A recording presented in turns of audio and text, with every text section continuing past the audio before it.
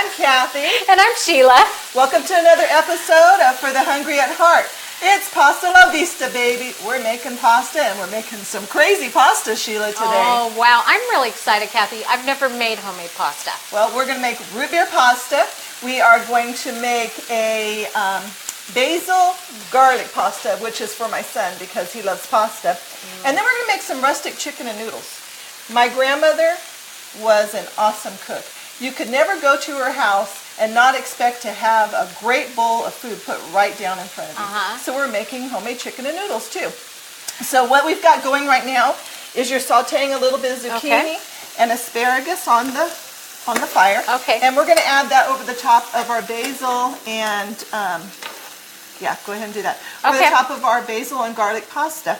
And you can go ahead and set that to the side. What we're going to get started with first is we're going to start with our noodles. So have you ever had root beer pasta? No, I haven't. Well, I'll tell you. If you hand me that plate, I'll show you what a root beer pasta looks like. Okay, sounds good. And it is so scrumptious.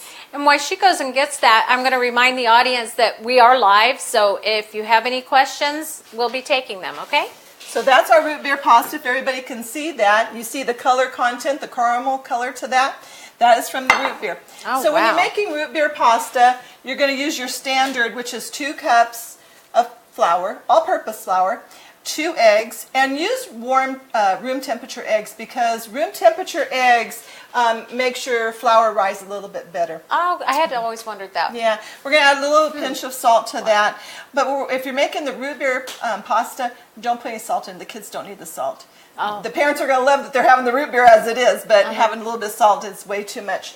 So then what we're going to do is we are going to add, so our root beer pasta is done. So we're going to add a little bit of non-dairy whipped topping to that. You're thinking, what? Do you want it right on top? We want the pasta cold for the kids. So yeah, I want it right on top, and I just want you to kind of mix it up there. Okay. We're going to add some maraschino Mix it, or just right on top? Nope, mix it all up. Oh, wow. Yeah, it's kind of like an ambrosia, but it's for kids.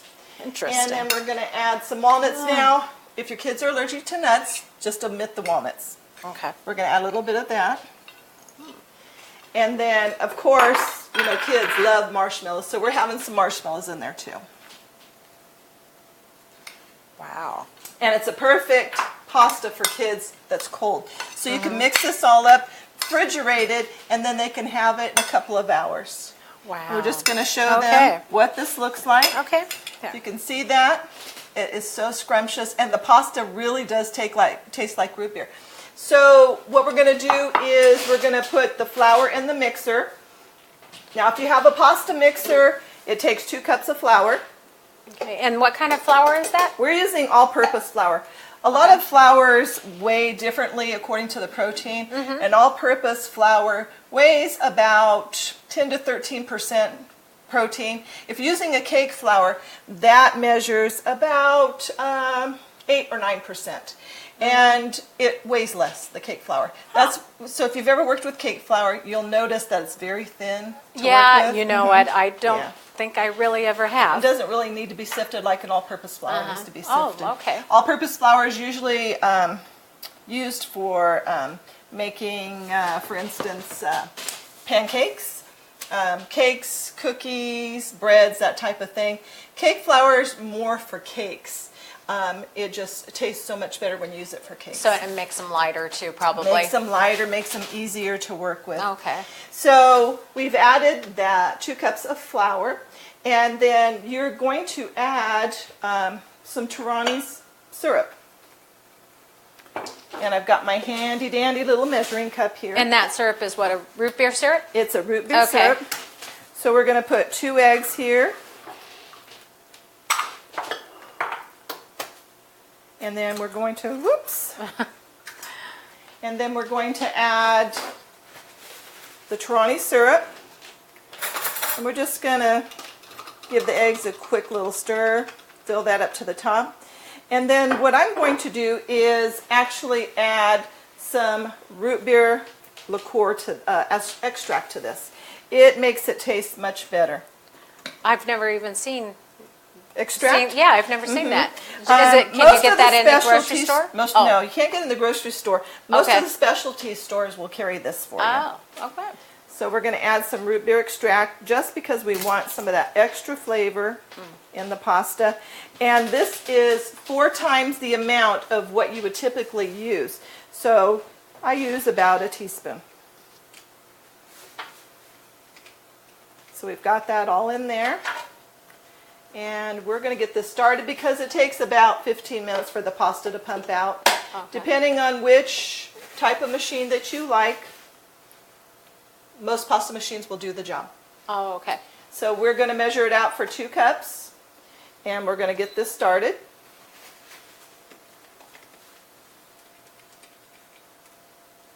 What this I have never even heard of We're just such a dumping thing. this in here. Root beer pasta. Root beer pasta. Isn't that funny? I know. Oops. Going over the side.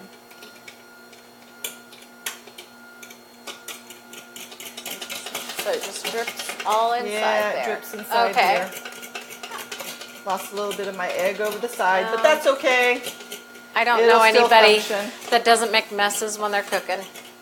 Well, I'm queen of the mess. My husband would follow me around when I had my catering business, picking up trash as we went, because I'm typically throwing it right into the sink, and he's right behind me with the garbage bag picking up everything.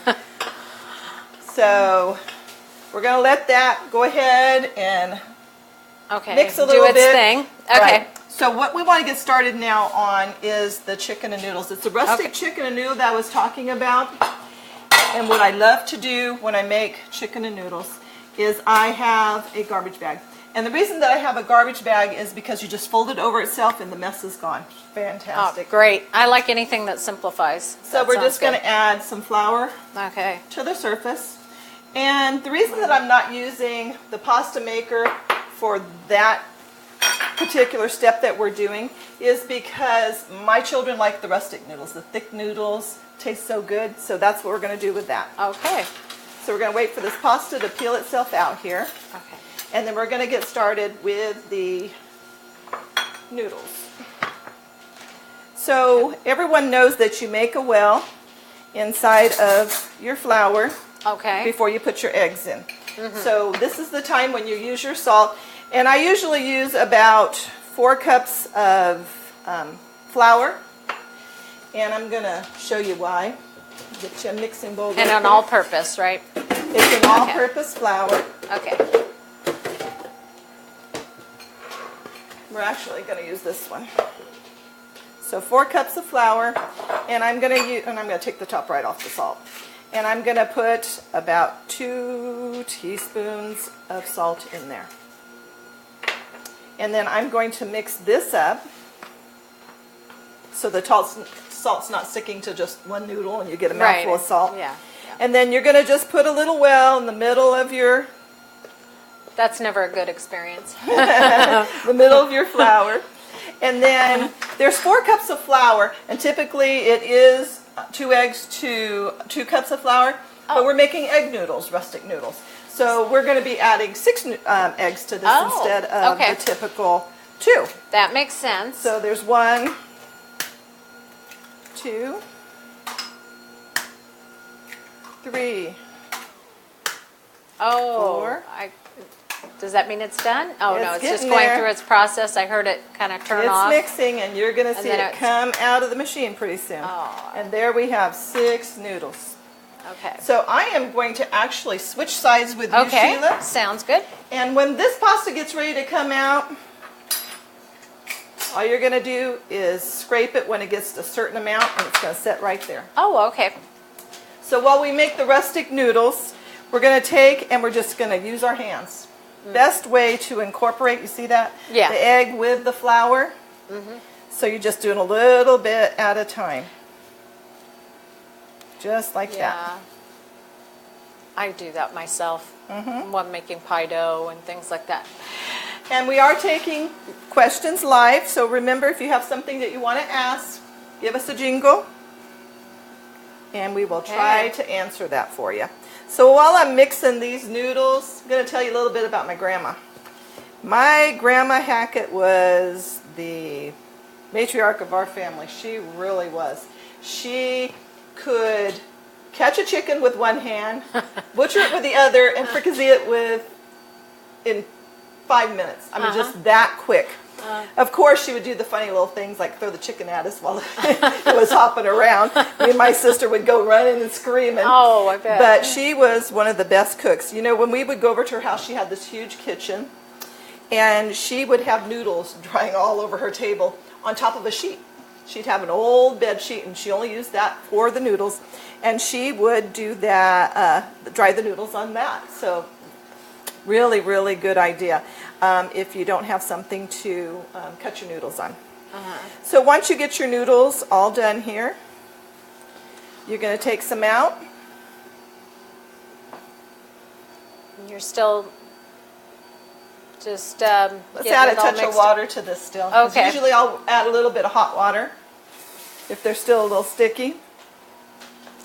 That's with pie dough. It's cold water, so this is It's different. ice water actually with pie dough. Yeah, yeah. So And this then is- you notice that when you're working with pie dough that it's also, you're using a shortening or a butter that's also Right. really cold when you're working with it. Yeah. And that makes it a little bit more flexible for our noodles. Well, I'm waiting to have fun with Play-Doh here. Jennifer's asking if we can make some gluten-free noodles. Yes, you can. You can use an almond flour or any type of gluten-free flour. When you're using a gluten-free flour, it's also going to weigh a little bit less. So you might want to cut down on your eggs, maybe by 1 or 2 eggs.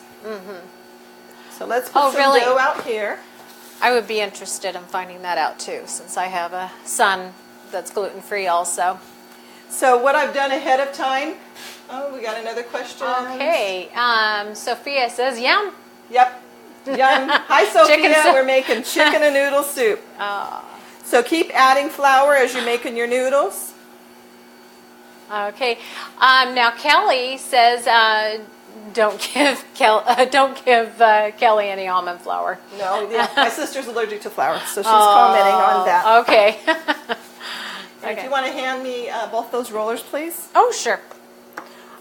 Now, what I've done ahead of time was I boiled off 4 large chicken breasts, and I cut them into pieces after they've cooked. I also cooked some celery. And I used the greens, the leaves inside the celery. It tastes so much better. I used 1 whole yellow onion, salt and pepper, and then a little bit of powdered chicken stock. Oh, it's starting now. Okay, just so as they come out, it'll take a few minutes. Okay. What was I? And we're Now gonna do I'm this. wondering. I was wondering about the choices of your rollers here. Well, this roller here is a marble roller, which is heavier and it's easier to flatten out my noodles. This one here, this belonged to my Grandma Hackett, which belonged to her mother. So I keep this just as a remembrance. So when I'm making noodles, it reminds me that she's the one that taught me this. This recipe, again, comes from my great-grandmother. Oh, okay. It was handed down through the generations. Very, very simple recipe. Add a little bit more flour to the top because we don't want sticky noodles. And then we are going to roll the noodle. So I don't know if you can see us roll it. We're just going to roll it. She put a lot of flour on A lot top. of flour so because we don't want it to stick. sticky. Yeah. Okay. And we're just going to keep rolling it, keep using the flour. Just like that. This is very interesting how you're showing us both ways. And can you hand me that serrated edge knife? Oh, sure. Where is that? I don't see it. Let me see. Right here. I'm so sorry. That's okay. Okay, so we're going to cut them just about a 1/2 inch thick. And as you're cutting them, I need you to unroll them. Otherwise, they will stick. Okay. So see how it goes? Just like that. So, Just keep unrolling them. then you Just All like right. that. and those are going to be nice and thick, aren't They they? are. Okay. So you can make these rustic noodles. I've made them before with an Alfredo sauce. If you want a more rustic noodle instead of the type of noodle that you typically have. And that should be spouting that out. Yes, it is. I mean, it's just slow right now, but it looks like it's getting ready. It's mixing, yeah. Yeah. There you go. Okay. Am I going to cut it off with these? You're going to with cut that? it off as soon as it comes out in Okay. strings. We're going to cut it off. Okay. And how long So- do I want the strings? The strings are usually about 10 to 12 inches, depending on children. You know, when I have my grandchildren and I make pasta, I do make them a little bit shorter because they end up the parents end up cutting them down anyway. Uh-huh. So we're going to add this to our chicken stock, which we cooked ahead of time.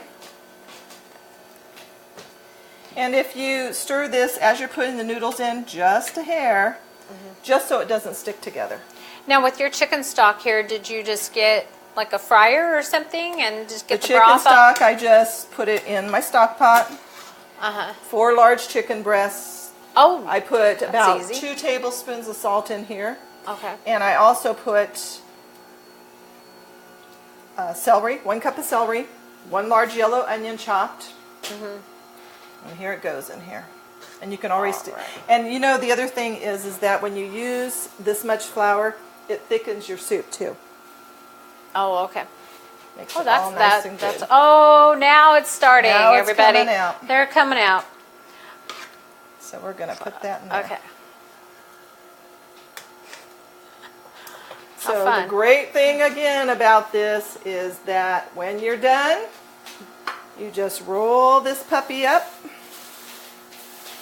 I love that. and you toss it away. I love that because, you know, I hate all the cleanup after cooking. Cooking's Yes. fun, but I hate the It's a cleanup. lot of work. You're right. It is. Okay, so these, I think So I'm as those about are coming, ready, you need to right? cut, just go straight down. Okay, with this thingy? Yep. Okay. Go ahead, scrape it down.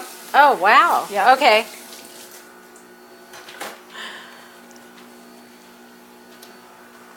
And then let's trade sides again Okay. here. So I can show you. Okay, So yeah. see how Oh, these it are looks- stuck together? Oh, I We messed don't- up. We don't know. Okay. It's just we don't want that. Okay. So let's add a little bit of flour to our board, Oh, okay. like that. And we're going to add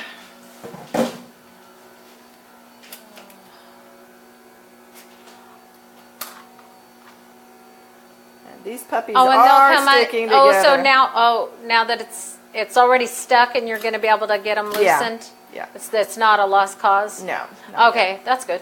But if you No. think it is, guess what? You can always fix it. Just Okay. turns it off, Uh-huh. and you just add a little bit of flour to Okay. it. And it'll continue Was that a mixing. little wetter than you wanted? A then? little bit, and the root Okay. beer probably did that, but it'll continue mixing, so it's all good. Okay. So the other thing that I wanted to show you is, and Sheila, if you can just kind of keep an eye on the Okay. noodles so they don't stick together. Sounds Give it a good. stir like every couple of minutes. Okay, I can do that. We actually cooked off some zucchini and some asparagus because asparagus is in season. And we're Love going it. to add that to the top of the pasta when it gets done. And let's see if this comes out a little bit better for us. I have a question, Kathy. When you're preparing your fresh asparagus, I was taught that you know, wherever the point to break it off, then that was the good part, you know, and leave, or you just use the whole stem? Yeah, the asparagus is good until you get to the light green part at the end, then you cut it. Oh, okay. And so I've been asparagus, the best way asparagus is broiled in the oven. Add just a little bit of coarse sea salt to it. Just spray with a olive oil on the bottom of your pan and put it in the oven and broil it. Oh my goodness, it's so good. Oh, okay. I love asparagus. So The rest of my what I- family doesn't like it that much, but I love it. So, So make it what for I myself. want to do next is I want to make this one for my son. So we're going to add about a cup of water. We're going to add some fresh basil, which I love basil. I know. It smells so good. I know, it's just awesome. We Just we awesome. we grow it on our garden. It's already every been year. washed. And we're going to go ahead and just stick this in the blender. And we want to use all the leaves that are on here. Basil's so expensive. Hard to grow if you don't have the proper elements to grow it. And we're going to throw that into the blender. We're also going to use some fresh garlic. Again, garlic, the aroma of garlic is fantastic. And I'm not going to put this in a grater or anything. Oh, how I'm come? going to use because the blender will do the work for me. Then that's great. So just take the paper off, put some fresh garlic in there. I'm also going to use a tablespoon of garlic salt, Okay. a tablespoon of onion Oh, powder, and plain onion powder? a tablespoon of garlic powder. okay. I'm going to put all those in there. Oh, My this son was is asking looking me good. my son was asking me for a recipe for this, so this is what we're making. So you're going to hear a little bit of noise for a minute. Okay.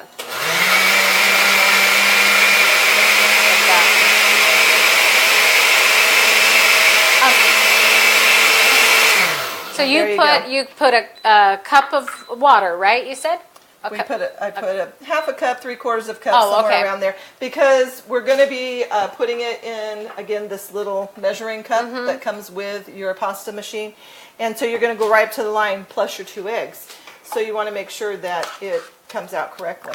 Okay. This root beer pasta just does not want to come out. I- But I made it this morning and it was fine. So you can see over here, all came out perfect. Yeah. And it does Oh, well. taste like root beer. I know sometimes it just don't work the way you want it to work.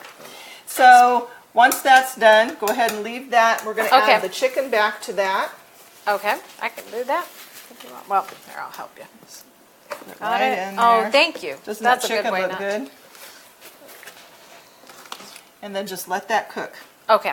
So Because just the more don't, you stir it, don't the more mess the with noodle. it. Yeah. Okay. It's like cheesecake. It doesn't want to be messed Oh, with. Once you okay. put all the ingredients in, you kind of just leave it alone. After the stickiness is gone, you just leave it like that, and it'll just take care of itself. Yeah, I think I've had, maybe that was a mistake I've made before making soup sometimes with chicken. I think I've kind of overcooked my chicken to where it was stringy. You don't want to And do the- that. And the Was it because I was stirring too much? you were stirring too much? Did you Okay. have a lid on your pot when you were cooking it?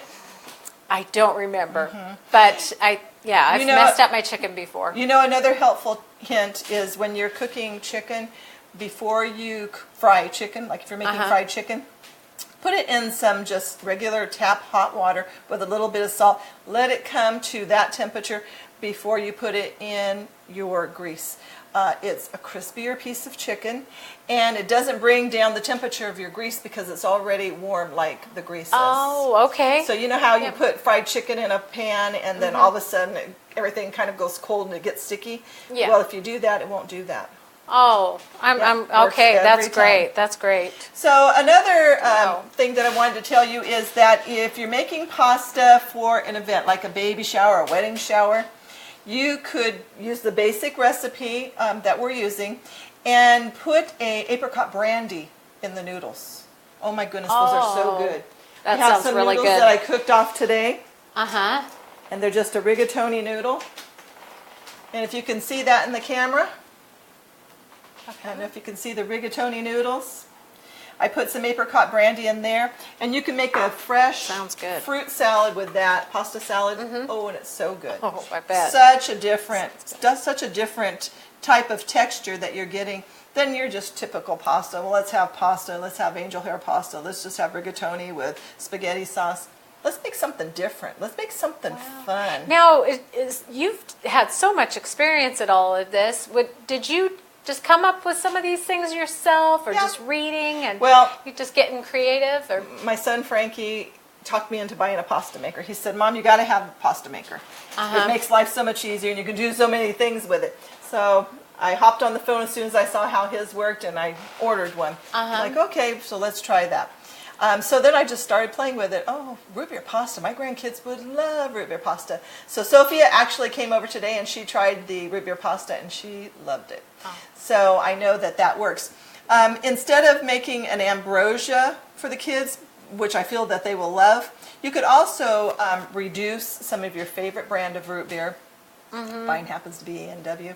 And do a reduction on the stove into a simple syrup. And you can just glaze the top of the pasta with that. Wouldn't they go crazy over that? Oh, yeah. Yeah, definitely. I agree.